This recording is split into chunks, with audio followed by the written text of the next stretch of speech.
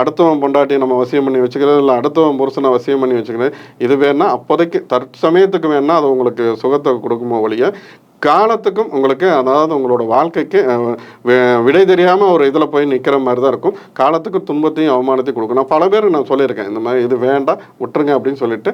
ஆனால் அதை கேட்குறதில்ல. சில பேர் என்ன பண்ணுவாங்க, அப்புறம் அனுபவிச்சுட்டு நீங்கள் அன்றைக்கி நான் சொன்னீங்க நான் கேட்கல, இன்றைக்கி ஒரு வருஷத்தில் இதே இது பார்த்தீங்கன்னாக்கா இதில் பாதிக்கப்படுறாங்க பல பெண்கள். நான் அதை சொல்லுவேன், அம்மா இது வேண்டாம்மா, இது பிரச்சனைம்மா. அவங்க இப்போ கணவர் பார்த்தீங்கன்னா இங்கே வெளிநாட்டில் இருப்பாங்க, இல்லைன்னா ஏதோ ஒரு நல்ல இதில் இருப்பாங்க, இல்லைன்னா அவர் ஒரு அமைதியான பேர் வழியாக இருப்பாங்க. இவங்கள ஏதோ ஒரு விஷயம், அதாவது வந்துன்னா இங்கே என்னென்னா யார் ஒருத்தர் பிரிஞ்சு இருக்காங்களோ இன்றைக்கி யார் வீட்டை கெடுக்கலாம், கல்ல எறியலான்னு சொல்லிட்டு தான் இன்றைக்கி பல பேர் சுற்றிட்டு இருக்காங்க.